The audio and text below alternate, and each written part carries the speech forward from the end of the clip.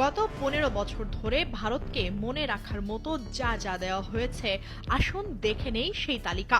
নামমাত্র শুল্কের ট্রানজিট দেওয়া হয়েছে, চট্টগ্রাম ও মংলা বন্দর ব্যবহারের অনুমতি, তিস্তার পানি না পেলেও দেয়া হয়েছে ফেনী নদীর পানি, শত শত কোটি টাকার ক্ষতি করে মোদি বন্ধু আদানির কাছ থেকে করা হয়েছে বিদ্যুৎ আমদানি। বাংলাদেশকে ভারতের তৃতীয় সর্বোচ্চ রেমিট্যান্স আহরণের উৎস বানানো হয়েছে। বাংলাদেশে আন্তর্জাতিক মানের বহু ছাপাখানা থাকার পরও ভারতের ছাপাখানাগুলোকে আমাদের পাঠ্যপুস্তক ছাপানোর দায়িত্ব দেওয়া হয়েছিল। বাংলাদেশের আইটি খাতে ভারতের একচ্ছত্র আধিপত্য গড়ে তোলা হয়েছিল। বাংলাদেশের কোনো টিভি চ্যানেল ভারতে সম্প্রচারের সুযোগ না পেলেও ভারতীয় টিভি চ্যানেলের অবাধ সম্প্রচার নিশ্চিত করা হয়েছে। বছর জুড়ে সীমান্তে অসংখ্য বাংলাদেশি বিএসএফ এর গুলি